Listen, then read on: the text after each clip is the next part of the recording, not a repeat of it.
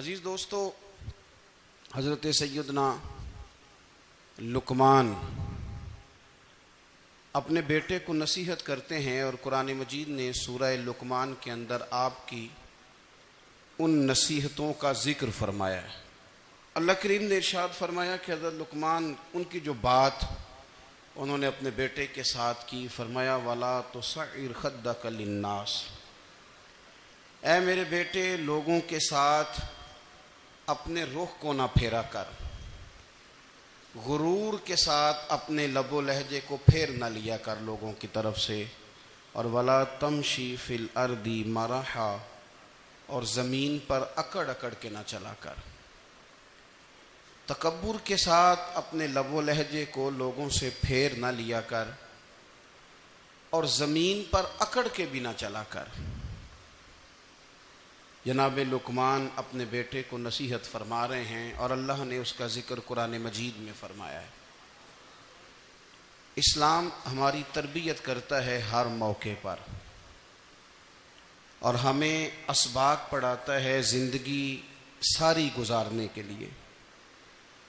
انسان کی بات کا دوسرے پر بڑا اثر ہوتا ہے، لیکن اس کی بات کے ساتھ ساتھ اس کے لہجے کا بھی بڑا اثر ہوتا ہے۔ کھانے کا بھی بڑا اثر ہے، لیکن کھانا آپ کس برتن میں رکھ کے دے رہے ہیں اس کا بھی بڑا اثر ہے۔ آپ نے کھانا کس طرح سجایا ہے، کس جگہ کسی کو بٹھایا ہے، اس کا بھی بہت زیادہ اثر ہے۔ اسلام یہ کہتا ہے کہ آپ کا جو لب و لہجہ ہے وہ ہمیشہ اچھے اخلاق والا ہونا چاہیے۔ لہجے جو ہوتے ہیں نا، لہجے، لب و لہجہ، وہ بڑی تاثیر رکھتا ہے، بڑا اثر رکھتا ہے۔ چھوٹا سا بچہ ہوتا ہے، دودھ پیتا ہے، ابھی نونہال بچہ ہے چھوٹا سا، ابھی اسے پتہ نہیں ہے کہ کون سی بات کا کیا معنی ہے۔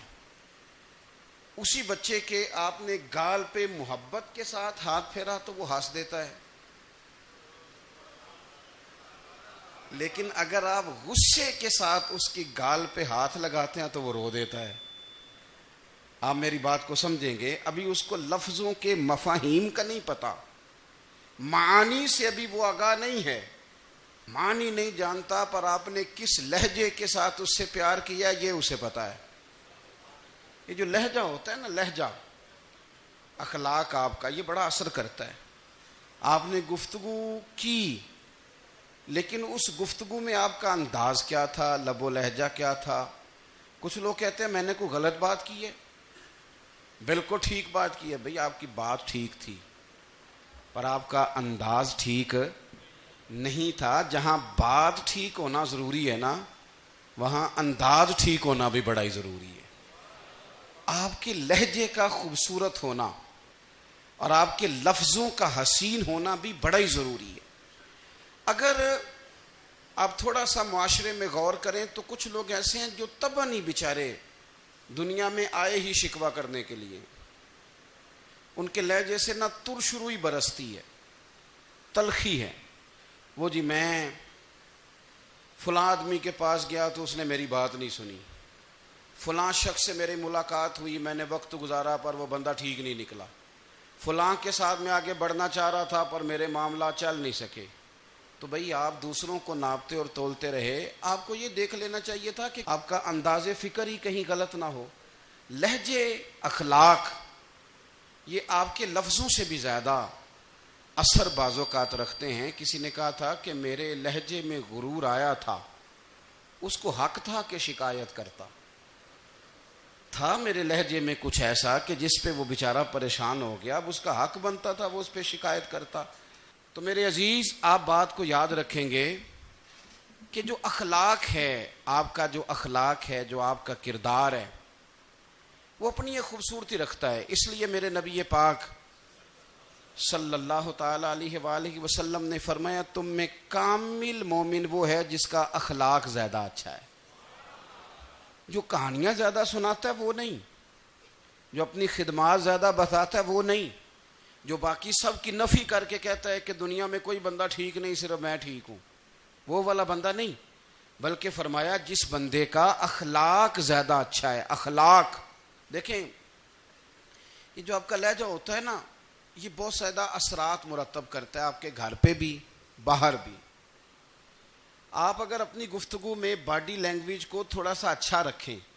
کچھ لوگ ایسے ہوتے ہیں جو بات بڑی صحیح کرتے ہیں پر کچھ زیادہ ہی باتیں کرتے ہیں, تو وہ زیادہ باتیں کرنے کی وجہ سے ان کی جو صحیح باتیں ہوتی ہیں ان کا بھی وزن خراب ہو جاتا ہے, کیونکہ وہ زیادہ باتیں کرتے ہیں, ہر وقت بولتے ہیں, ہر وقت بات کرتے ہیں. تو جب وہ ٹھیک بات بھی کر رہے ہوں تب بھی ان کی بات کا لوگ اثر قبول نہیں کرتے. لیکن اگر ان کا لہجہ باوقار ہو, بات وہ تھوڑی کریں پر جتنی کریں ذرا سونی کر کے کریں, گفتگو میں خود بخود اثر پیدا ہو جائے گا, بات اچھی لگے گی. اخلاقی رویے اگر لوگوں کے زیادہ اچھے ہو جائیں, ایک تو مسکرانے کا بل کوئی نہیں آتا, اس کے پیسے کوئی نہیں لگتے, اور یہ بھی شکر ہے ابھی تک اس پر ٹیکس بھی کوئی نہیں, یہ بھی مقام تشکر ہے. تو اگر آپ بات کریں اور اس میں تھوڑی سی مٹھاس پیدا کر لیں, آپ تھوڑی سی بات میں نا مٹھاس. میرے ایک کلاس فیلو ہیں, تو وہ تقریر کر رہے تھے اور میں سن رہا تھا, تو مجھے بعد میں کہنے لگے آپ تبصرہ کریں میں نے کیسی تقریر کی ہے. یہ ہوتا ہے نا جی, بعض اوقات دوست بیٹھتے ہیں بے تکلف تو کئی دفعہ کچھ باتیں ایسی ایک دوسرے کے ساتھ کرتے ہیں. تو مجھے کہنے لگے آپ بتائیں کہ میں بات کر رہا تھا تو کیسی تھی. تو میں نے کہا جب آپ بات کر رہے تھے تو میں ڈر رہا تھا, مجھے لگ رہا تھا کہیں آپ لڑ نہ پڑیں. بھئی آپ اطمینان سے بات کریں, آپ تسلی سے بات کریں, آپ خندہ پیشانی کے ساتھ بات کریں. میرے نبی پاک صلی اللہ تعالی علیہ وسلم نے فرمایا, مسلم شریف کی حدیث ہے, حضور فرماتے ہیں نیکی کو کبھی چھوٹا نہیں سمجھنا, نیکی کو حقیر نہیں سمجھنا. کچھ نہ ہو سکے تو اپنے بھائی سے مسکرا کے بات ہی کر لیا کرو. بات کرو تو تمہارے لہجے میں ترش روئی نہ ہو.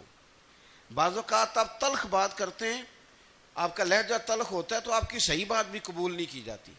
لیکن اگر آپ کے لہجے میں مسکراہٹ ہو, آپ کے لہجے کے اندر خوبصورتی ہو, تو آپ کے اپنے بھی آپ کے بیگانے بھی سب کے سب آپ کی بات کو تسلی کے ساتھ سمجھنا وہ گوارا کریں گے. اسی طریقے سے ہمارا دل کرتا ہے کہ لوگ ہماری بات سنیں, ہمارے گرویدہ ہوں, ہم جو پیغام دینا چاہتے ہیں وہ پیغام لوگ اچھے طریقے سے قبول کریں, اس پر لوگوں کی توجہ زیادہ ہو, یہ ہمارا شوق ہوتا ہے. اور دنیا میں اب تو فیمس ہونے کا شوق بڑا بڑھ گیا ہے, اب بڑا بڑھ گیا ہے. اب تو لوگوں کو نا شاید لوگ مقبولیت اسی کا نام لیتے ہیں کہ میرے اتنے لائکس ہیں, اتنے فالور ہیں, اتنے سارے لوگ ہیں تو شاید میں بڑا مقبول ہوں. یاد رکھنا قابلیت سے زیادہ قبولیت ضروری ہوتی ہے. فالور کیا کریں گے اگر رب بھی راضی نہ ہوا تو, لائکس کیا کریں گے. اگر تو قبول ہو جائے تو پھر چلو کسی لائکس کا بھی فائدہ ہے, کسی فالور کا بھی. اور اگر قبول نہ ہو تو پھر کوئی فائدہ. جنوں پریتم اپنا آنکھ ہی نہ, وہ اجے سہاگن ہو ہی نہیں.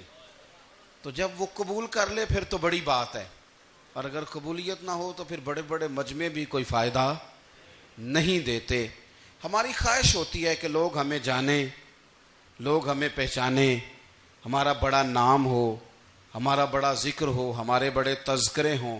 تو میرے نبی پاک صلی اللہ تعالی علیہ وسلم نے ارشاد فرمایا, حضرت ابو ہریرہ رضی اللہ تعالیٰ عنہ روایت کرتے ہیں, حضور فرمانے لگے تم مال کے ذریعے لوگوں کو اپنا گرویدہ نہیں بنا سکتے.